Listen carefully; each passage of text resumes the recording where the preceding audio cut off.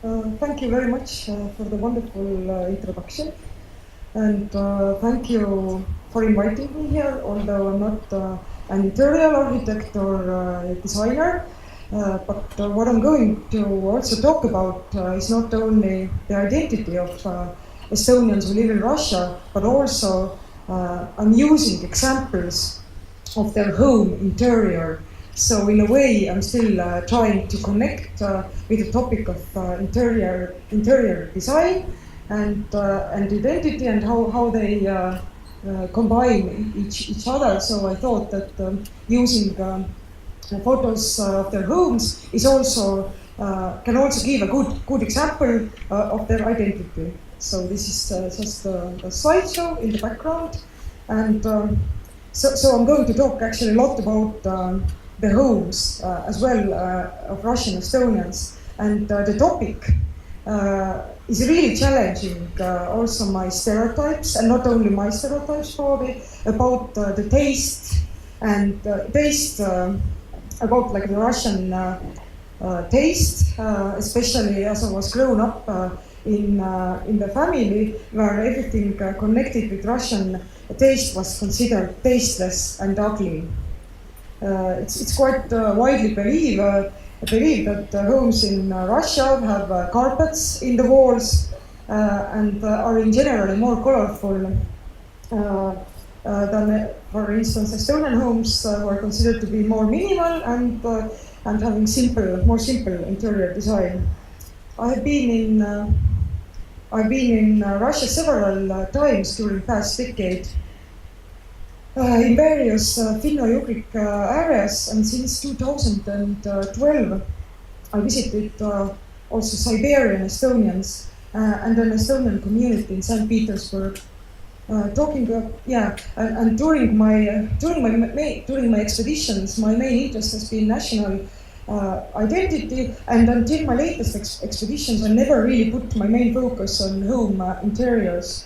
Until last years, when I started to notice some interesting patterns that I'm going to share with you in a while, and then I became really conscious about it. So what do their homes look like? Does interior design depend on nationalities? How does it combine with local environment? How does it represent their national roots? Let me first tell you about the background of the Estonian community in Russia. The roots of the community, for instance, in Siberia can be drawn back to the middle of 19th century, where first inhabitants were sent as prisoners for severe crimes and murders. Siberia, according to Estonian common sense, is therefore associated very much with severe cold and repressions. Also deportations in 1941 and 1949 didn't help to make this connections with repressions and severe cold even stronger. As the area is enormously wide, you cannot say that, of course, it's not true, but at the same time, the soil in southern part of Krasnoyarsk Krai, for instance, turned out to be really fertile. So as the local people say, you can just put a stick in the ground and everything grows. So later in 19th century, thousands and even 10,000s or 100,000 Estonians migrated and traveled with their families to Siberia and St. Petersburg with the hope for better life and better land and perspectives. 3 years on foot, as they still remember. In the beginning of the 19th century, there were more than 100,000 Estonians in Russia. St. Petersburg was the biggest Estonian city, which gave a lot of possibilities to get really good education as well. The communities in countrysides have been really homogeneous, and until 1930s, there were no real attempt to melt people with Russians. Also, the distances in Siberia were so long that long enough to prevent interactions with other Russian communities. And the communities even survived Stalinist repressions. Were in St. Petersburg, only 5,000 Estonians, along with other minorities, were executed in 1937 as their ethnicity was considered as something harmful for the communist building state. But what is interesting, parallel with those Russians who, for instance, live in Estonia, that it's often like asked that if I can compare those like communities that I'm talking about, Estonian communities in Russia, and then Estonian, and there is Russian community in Estonia as well, but can I really compare them? And at first I thought that it's very hard because the countries are really different. But on the other hand, in 2016, I met several older people, older Estonians in Russia who cannot really speak Russian language, although they have lived there not 50 years, as we refer to Russians who live in Estonia, but 150 years. So in a way, and also like Estonian communities have been really homogeneous. So in a way, I can even draw some parallels with Russian community here, and I think give some good tips in the future in terms of like in integration. Identity of the members of the Estonian community is really fascinating. They consider their homeland Russia. They have born there. Their ancestors have buried there. They have their children and grandchildren there. They still speak Estonian language, which is 100-year-old Estonian language, but still you can understand everything, of course. They sing Estonian songs, and they are really proud of their roots, family stories, and national heritage. On the other hand, they have no issues with local politicians and local president, Mr. Vladimir Putin, whom they most strongly support in generally. One Estonian businessman in Siberia showed me the personal number of Mr. Putin with the same pride as he later showed me Estonian tricolor, Estonian flag in his home. So I became to know many Estonians who are either former communists or local politicians now, or administration workers, or successful businessmen. I suppose Siberia and St. Petersburg have been, during recent centuries, been really multicultural. The relations between nationalities have been really good. I never heard or read about any single conflict based on ethnicity. Now, as more younger people move to cities, the unique culture of Estonian communities is unfortunately diminishing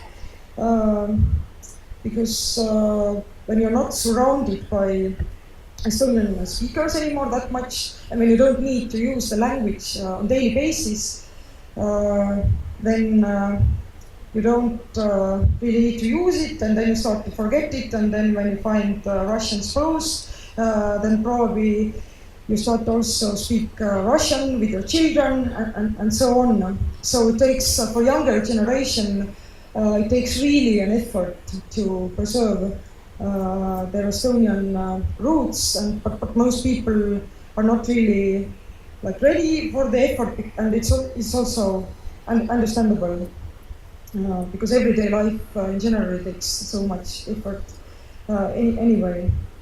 However, the influence can last definitely longer than a specific culture. During my first expedition in a former Estonian village in Tver Oblast near Moscow, I could notice that the distance between houses were also like at least 1 kilometer or even 2 kilometers, similarly like in Estonian villages.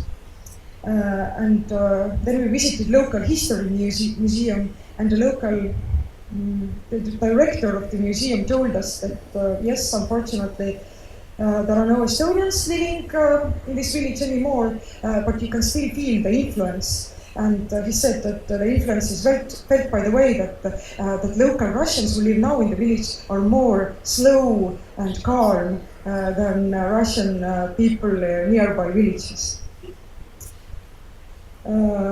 So yes, the influences can be mutual, even in case of relatively small community. What about the homes that I referred in the beginning and that you can already see? All these homes that you saw are Estonian homes. Yes, they do look almost like any other local Russian homes. Depends on whether the inhabitant is rich or poor, whether he or she lives in the countryside or in the city. It depends on the taste and education, whether you're Russian or Estonian, who are not maybe so well off. Then in a village, according to the latest trend, you put plastic in your ceiling and floor, you cover your old log cabin with plastic or sail, calling it a European style renovation. You could also see, like once I was in an Estonian village in Siberia, and I was taking a photo of old log cabin, and then the woman who lived there came to me and said, "Please don't make the photo now, because next year my son will buy new plastic windows and will cover the house with stain, and then it will be more beautiful, and come back then."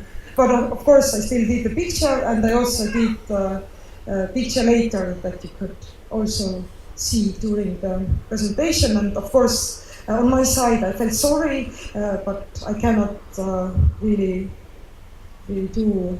I mean, I cannot really do anything about it. So. So since the travel, yes, and inside the buildings, in the walls, they have carpets with flowers, swans, and goats.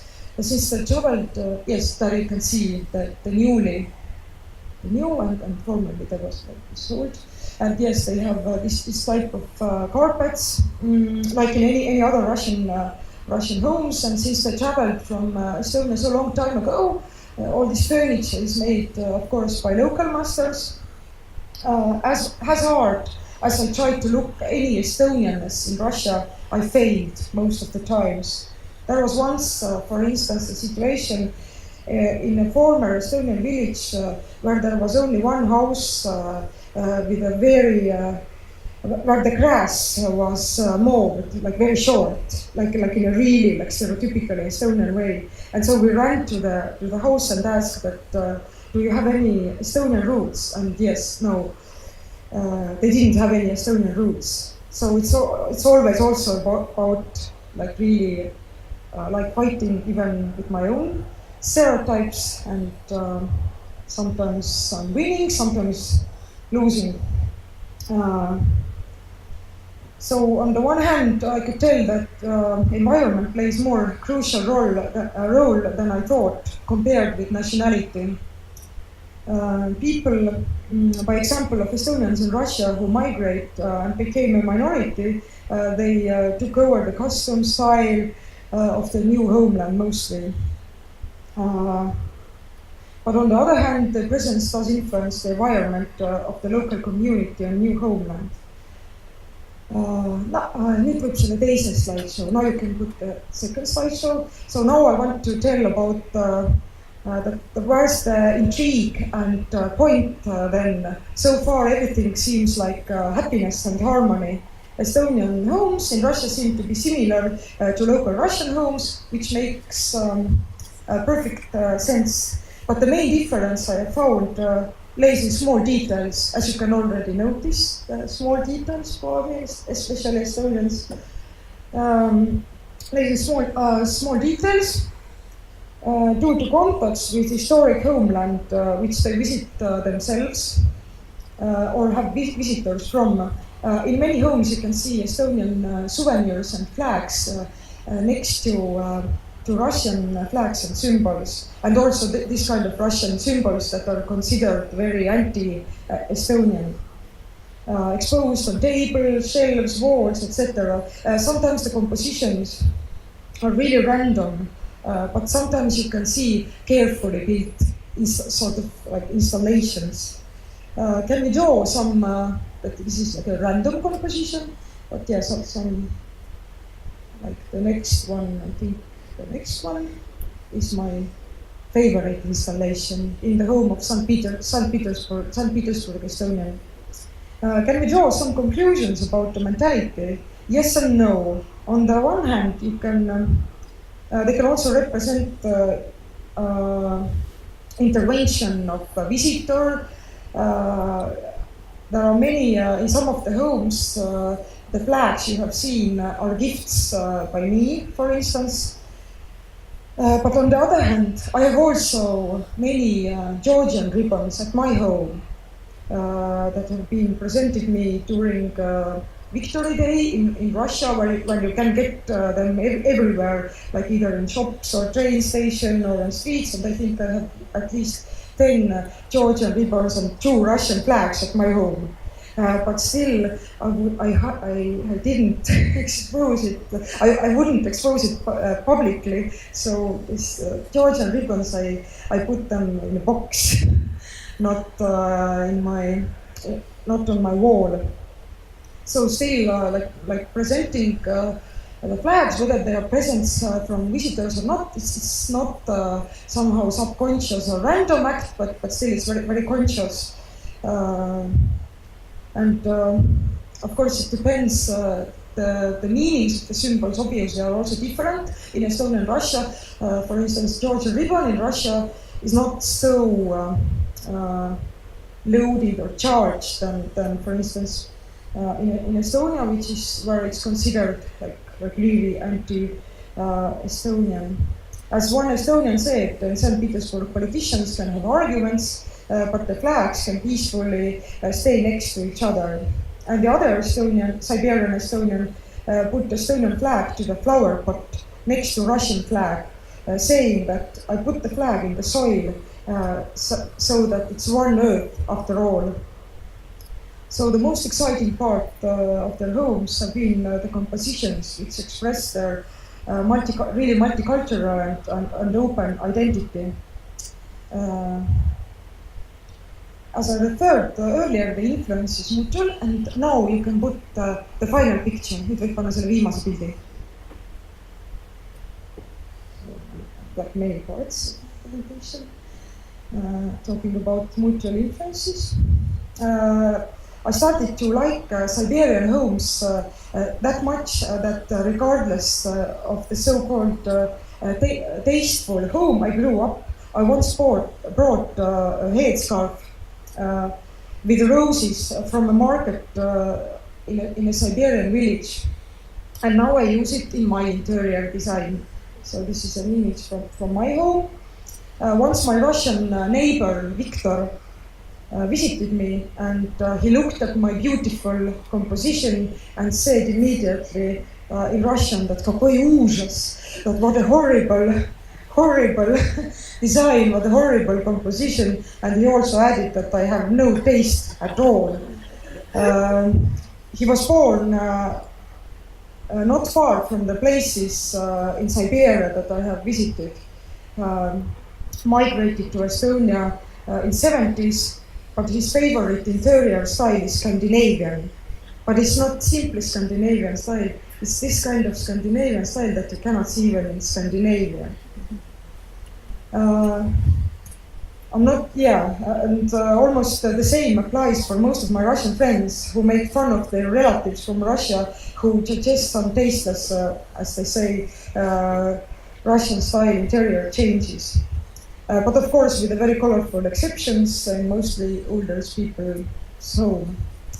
My Russian teacher told me a story of the apartment building where she moved with her parents from Russia in 50s.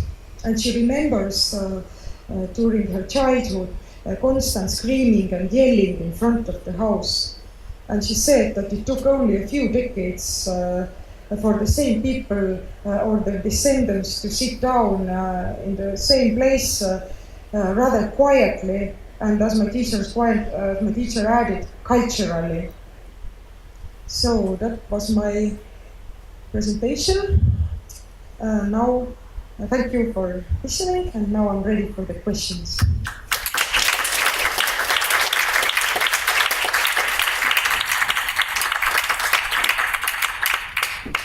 Thank you, Evan. Thank you very much. It's a fascinating story. Any questions? In fact, I'm suggesting to take one question only, and we can do informal questions and catch up during coffee break. So I'm conscious of we are falling behind the schedule. So, a question now? I'll give you one, which I thought in relation to yesterday's presentation from Marco Steinberg. And when he was talking about Finnish identity and different levels of, different ways of describing what migrants might mean, then I thought myself there's something about the dynamics of migration. And of course, this group of people is a good example of that, and the fact about still hearing 100 years old Estonian language, which hasn't integrated, which is an interesting fact, but at the same time integrating the kind of national character, perhaps, identity. So, what's your view on the endness of all this? In terms of this group of people, obviously, have they reached the end station? Is this static? Is it something which is now conclusion? Or is it something which might still become dynamic and something which would trigger other kinds of phases in their life? You mean about the community, specific community? That is it, like, yeah.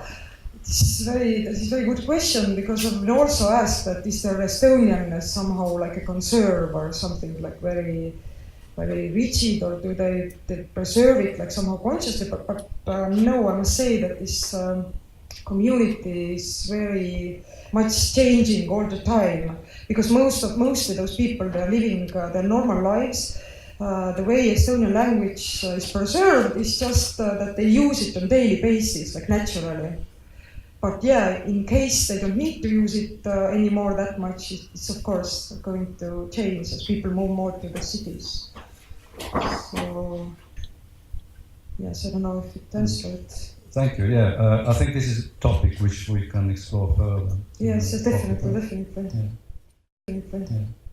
Yeah.